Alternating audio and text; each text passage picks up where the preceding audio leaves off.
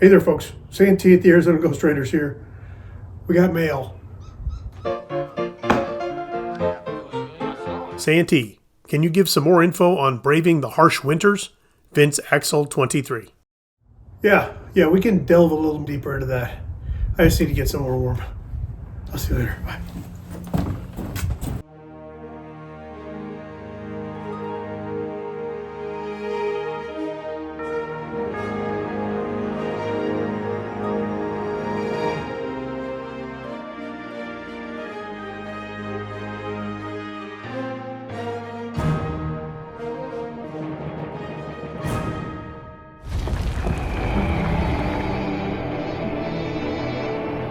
Real heavy snowfall.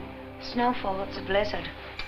Here in Arizona, we're getting a lot of visitors from the northern territories happy to be away from snow and cold temperatures. That's an easy trip nowadays, but 140 years ago, not so much. It's cold.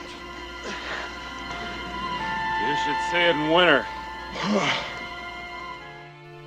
The blizzard of 1886 into 1887 was not just about losing livestock and fortunes.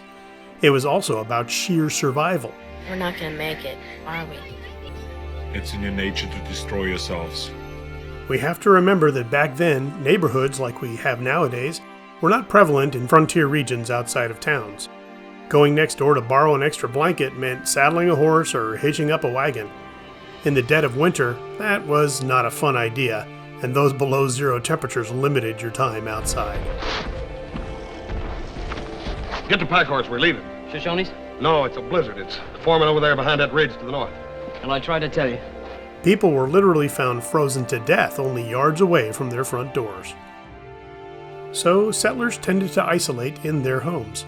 Therefore, you had to be prepared. That meant a good supply of firewood. If wood was scarce, hopefully you collected dried buffalo or cow patties to use as a fuel source. Considering your outhouse was out in all that weather and fairly far from the main home, you could use a chamber pot. Eventually, that would have to be emptied, so going outside was inevitable. This isolation, with no televisions, radios, or the internet, drove some pioneers insane. They read books and played games, but variety was lacking. The absence of social interaction and monotony led to what was known as prairie madness, and many committed suicide. However, some communities rallied and had gatherings at one person's house. They would move all the furniture against the walls and have dances and parties. To make the trip, you hopefully had a sled with some buffalo robes to get under. They would also heat up rocks in their fireplaces and put those in the bottom of the sled. Stored food was a must, because you may not have the ability to get to the town mercantile. Families would can food for the upcoming winter. Meats were also being preserved, as fresh game was going to be somewhat scarce. Ooh, got a package. Western Chew beef jerky. I love this stuff. Ben writes, Dear Santee, I just wanted to let you know to be extremely careful with this ghost pepper jerky. Ghost pepper jerky? It is the hottest thing I have ever made. Okay. I tried a piece and I had a painful time. Just be careful. No. Sorry, Benjamin. Ain't doing it. Later.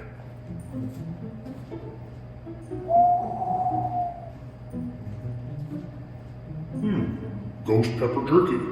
Well, I'm a ghost.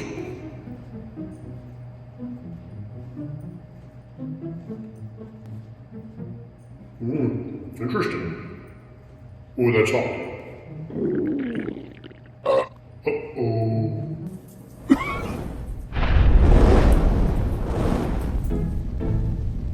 Lots of soups and stews were eaten during the winter months. One-pot meals with canned veggies and a little bit of salt pork made a nourishing dinner. Now, I'm sure it wasn't as tasty as today's soups, but it was hot, and you were eating. Snow was plentiful, so getting water to heat up wasn't much of a concern. The Native Americans had winter figured out. The transient tribes moved to warmer climates, and the other practices were similar throughout. Animal hides would retain the hair, and that would be on the inside of the clothing for warmth. Of course, decades of trading with European explorers introduced wool blankets, which were also used. they too understood staying inside with a fire was the best medicine. Interesting note, some tribal mothers would cover their infants in bear grease to keep the warmth in. Oh, that's bar grease. That's bar grease. That makes it slip out of the holsters just as slick as ice. My friend Kent Rollins, in his book Comfort Food the Cowboy Way, mentions eating in a diner in Winnipeg in December. Apparently it was so cold outside the tips of his mustache froze off. Inside he was served coffee and soup for breakfast. Everyone in there was eating soup for breakfast. As strange as that may seem, it did the job of warming him up.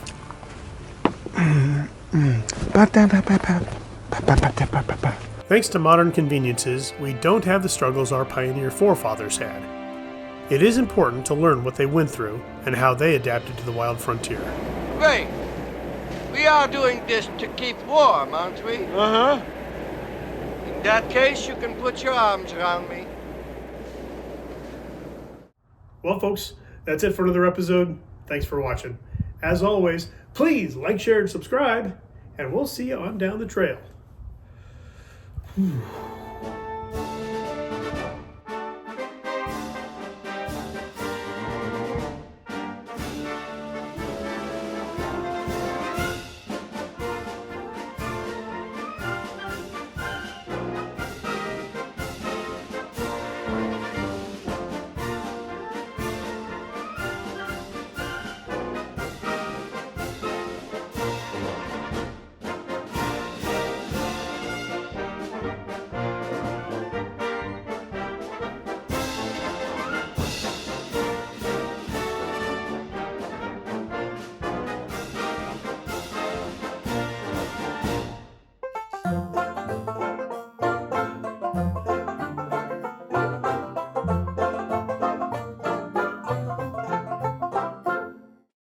Okay, seriously, I'm going to try some.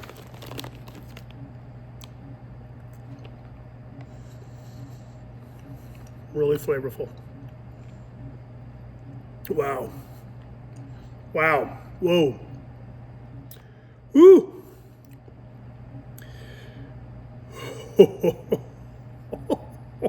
Oh! Happy New Year. Ooh.